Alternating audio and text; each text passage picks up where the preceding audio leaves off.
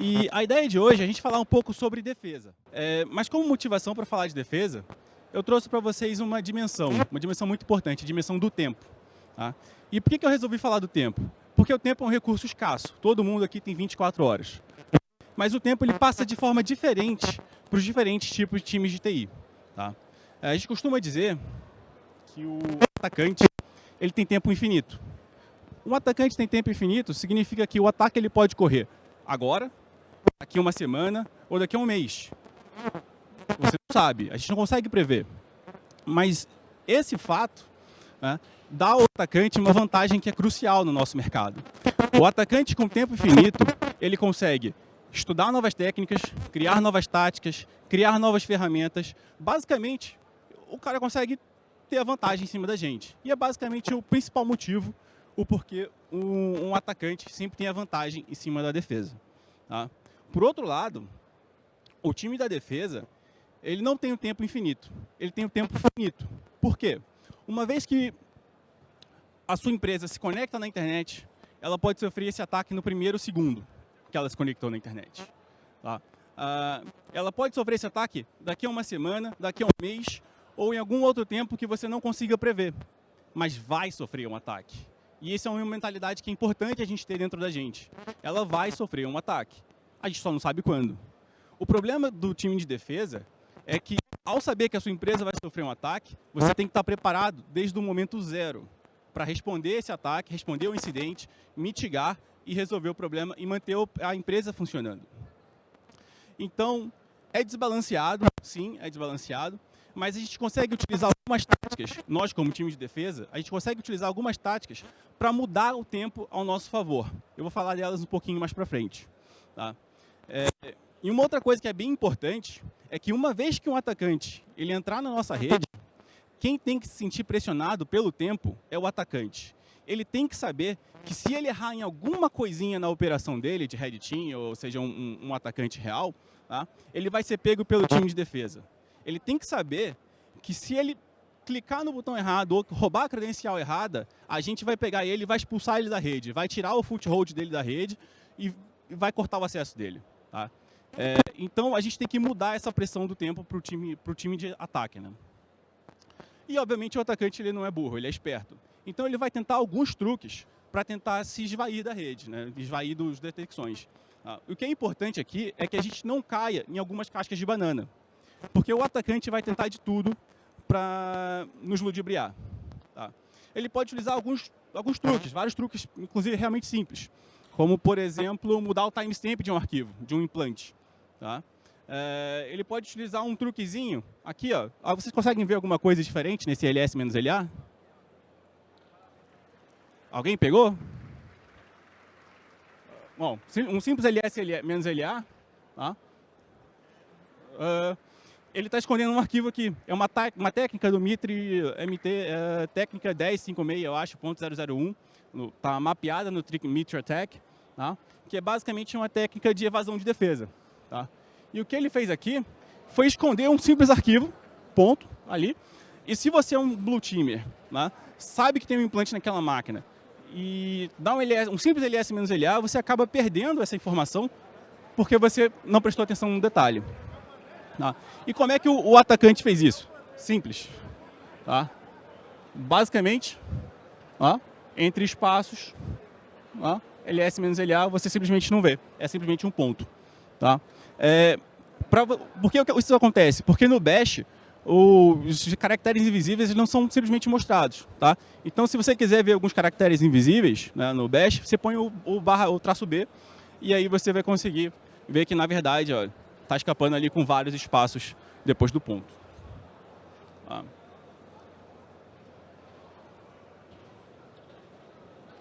Beleza. Do outro lado, o Blue Team, ele tem que prestar atenção também no hardening das máquinas, correto? Então, uma das coisas que mais me frustra como resposta a incidente é você chegar dentro do ambiente e perguntar para o time, tá, cadê os logs? E o cara não tem. Olha só, o log não é um negócio tão complicado de você ter. O Audit CTL, o Audit D, por exemplo, que é o daemon de auditoria do Linux, ele está presente em todos os sistemas operacionais Linux, né? Quase todos ele já está habilitado por padrão, rodando, mas ele não loga nada. Ele não loga nada Porque, por padrão, ele não vem com nenhuma regra de auditoria. Tá? O padrão dele é esse. E você tem que saber, você como Blue Teamer, você precisa saber esse padrão, saber quais regras você quer aplicar na sua máquina e aplicar as regras.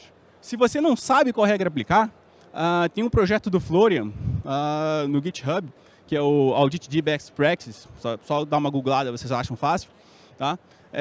Que tem um conjunto básico de regras de monitoramento de audit que você consegue pegar muitas coisas. Obviamente, você utilizar o audit numa máquina de produção, você precisa fazer um fine tuning disso aí, né? Porque consome espaço e recursos, consome memória, CPU e tudo mais, mas não é nada de outro mundo, tá?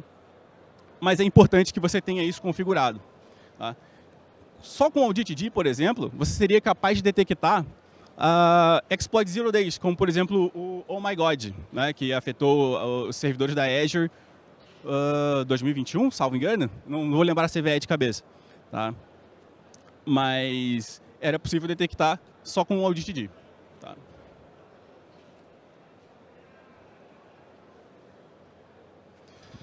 O que os atacantes costumam fazer também? Uma das técnicas que os caras mais utilizam depois que eles conseguem uma execução remota numa máquina, por exemplo, um desktop de um usuário, é desabilitar o antivírus para rodar qualquer arquivo malicioso que eles queiram rodar. Tá? Mas eu imagino que, se não todos vocês, a maioria de vocês tem alguma regra no CIEM para detectar caso o atacante desabilite o antivírus. Né? Basicamente, você precisa procurar pelo Event ID 5001 na Microsoft. Todo mundo tem alguma regra dessa no CIEM para detectar esse tipo de coisa? Bacana. Tá? Sabendo disso, o que o atacante vai fazer, ele vai mudar uma configuração no seu antivírus. Né? Ele não vai desabilitar o antivírus, ele simplesmente vai excluir que os arquivos .ps1, que é a extensão do PowerShell, passem a ser detectadas. Dessa forma, ele consegue executar um PowerShell malicioso, ele consegue executar o código que ele quer executar e o antivírus não vai detectar simplesmente porque o seu time de defesa esqueceu de que o Event ID 5007 é o Event ID que monitora mudanças nas configurações do antivírus. Tá? Alguém monitora o 5007, por curiosidade? Se não, anotem, porque é importante. Tá? E ao olhar nos detalhes do Event ID 5007, você vai ver que ali, lá no finalzinho, deixa eu ver se é um laser aqui, sei lá. Basicamente foi desabilitado a extensão .ps1. Beleza?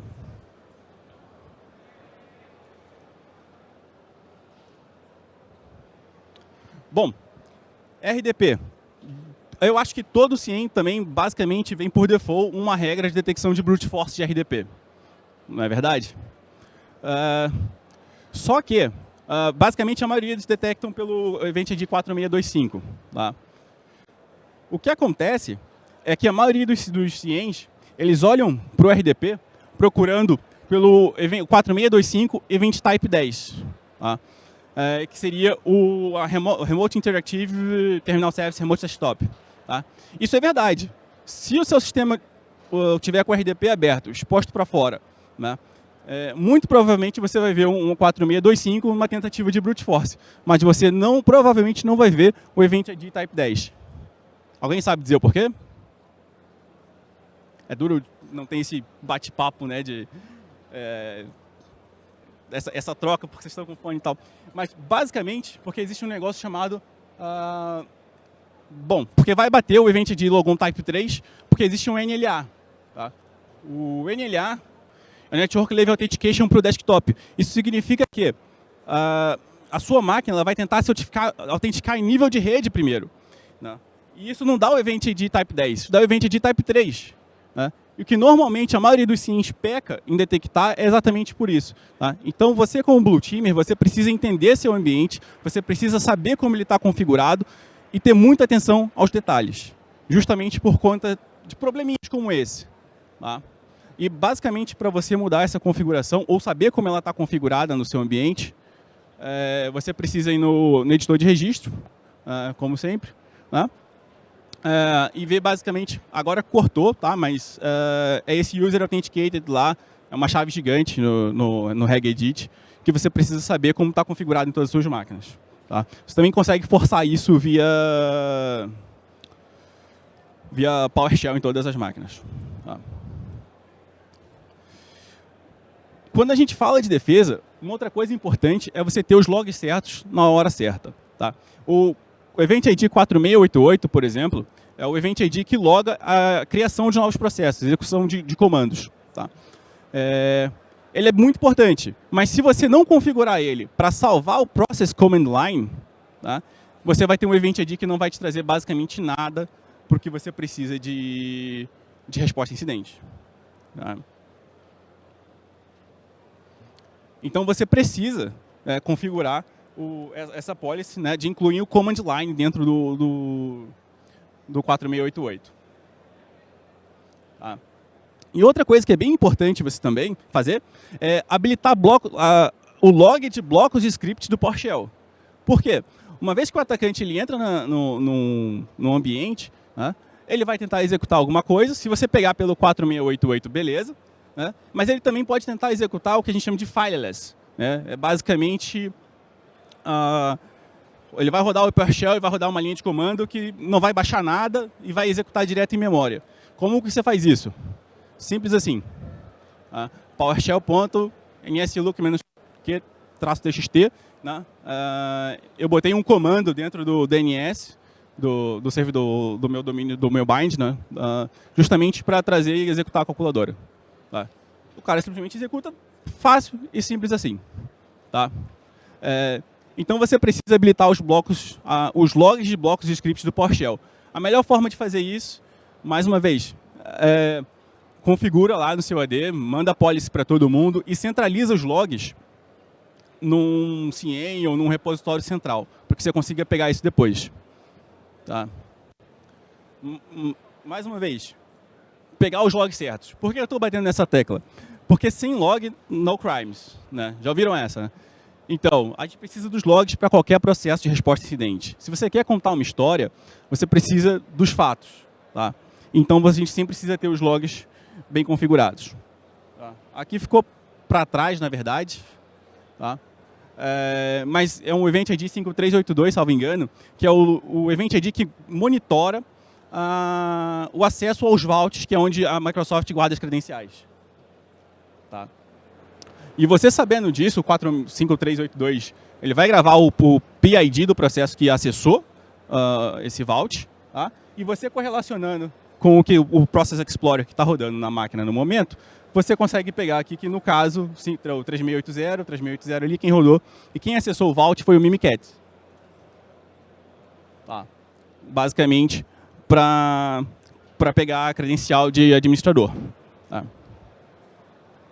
Bom, uma outra coisa que é muito importante como Blue Teamer, tá, é ler a documentação. Eu acho que todos vocês, assim como eu, a gente passa bastante tempo pesquisando e lendo toda a documentação, mas esse é um caso engraçado que aconteceu com um cliente nosso. Tá? Basicamente, essa era a configuração de WAF da AWS dele. Tá? E ele configurou aqui um rate limit, tá, de 100, achando que após 100 conexões ele seria simplesmente barrado e nada aconteceria. No entanto, tá, ao fazer os testes no cliente, a gente conseguia trivialmente bypassar isso. Tá? E aí eu perguntei para o cliente, tá, beleza, como é que está a sua configuração de rate limit? Aí ele, não, tá, configurei lá o mínimo 100 e tal, não sei o que lá. Falei, bom, deixa eu dar uma olhada. Né? E mais uma vez a gente recorre à documentação. E a documentação da AWS, ela diz que, claramente que o rate limit ele tem alguns caveats, né? Alguns probleminhas. Né? O mínimo que você consegue setar é 100, né? O máximo que ele consegue guardar de IPs, que vai ser bloqueado naquele rate limit, é 10.000 IPs, e isso, quando você começa a escalar com Lambda, extrapola muito rápido. Tá? Quando você quer fazer um ataque com Lambdas, você consegue fazer isso bem rápido. Tá? E a cada 30 segundos, basicamente, a AWS ela conta em blocos de 30 segundos, bateu as requisições nesses 30 segundos, ela zera e faz de novo. Ou seja, a cada 30 segundos o cara consegue fazer 100 requisições. Não muda muito. Né? Não diminui muito a velocidade do ataque do cara. Tá? É inutilizável? Não, não é. Mas você precisa entender como ele funciona. Tá? Você não pode simplesmente assumir que ele funciona da forma que você acha que funciona, porque muitas das vezes não é. Tá? E MA fatigue. Né? A gente está aprendendo as coisas com os erros das pessoas? A gente está aprendendo como as coisas, como os ataques são feitos? Tá? Ano passado, salvo engano, o Uber sofreu um breach, né, um vazamento de dados grande, tá? Basicamente porque o cara entrou dentro de uma rede, tá? Fez um phishing, pegou a credencial, tinha 2 fatores de autenticação, né? Ele explorou esse MA fatigue, tá? E conseguiu acessar a rede do Uber. Dentro da rede do Uber tinha um diretório compartilhado que tinha as credenciais de todo mundo. Tá? E aqui, né, tem uma notícia que a MA fatigue é a nova técnica utilizada. Tá? O chat do Lapsus, né, explicando como que ele fez isso, ou seja, os caras têm tanta cara de pau de publicar como os caras conseguiram fazer isso, ou seja, um MFA que você liga pro cara 1h da manhã, ele quer dormir, ele simplesmente aperta o botão e foda-se. Mas não é uma técnica nova. Em 2021, né, a Microsoft já tinha implementado mecanismos de defesa para evitar isso. Tá? O problema é que ninguém implementa, né? E aí fica difícil a gente defender do lado do Blue Team. Tá?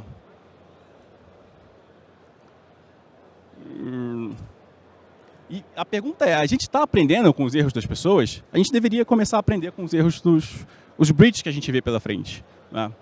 E lembram quando eu falei que a gente consegue manipular o tempo do atacante ao nosso favor? Essa é uma das formas. Se a gente vê que, no caso do Uber, que ele encontrou um arquivo compartilhado com credenciais e se utilizou disso, a gente, como Blue Teamer, a gente pode fazer um deploy que a gente chama de Canary, né? Que é basicamente, você espalha credenciais falsas, logins falsos, né, no GitHub e tudo mais, né, Slack principalmente, né, e fica de olho, começa a monitorar. Como é que você monitora um arquivo desse? Vai lá na Security Policy, audite Object Access, né, e configura um alerta no CIEM que se aquele arquivo for acessado, né, seu time vai precisar agir em cima disso, porque muito provavelmente foi um atacante. Acontece uma vez ou outra de um usuário curioso clicar? Acontece. Mas é melhor que você pegue um usuário curioso querendo saber um arquivo senhas.txt, validar que o cara é um usuário curioso e simplesmente falar para o cara, ó, não clica mais nesse negócio. Muda o arquivo, muda a senha e tal, e deixa lá. Tá? Porque quando vier um atacante, aí sim você vai pegar o cara. É nesse tipo de erro que o atacante comete que a gente pega o cara no contrapé. Tá? E aí, uma vez que você detectou o cara, sabe a máquina que ele está, corta a credencial dele, corta o acesso e matou o problema. Tá? Se em cada caso de ransomware, né, que os caras geralmente ficam na rede entre 10, 30 dias antes de rodar um ransomware dentro do AD, dentro da porcaria toda, tá? Se tivesse isso aqui, a maioria teria pego o cara antes de ele conseguir criptografar tudo. Tá?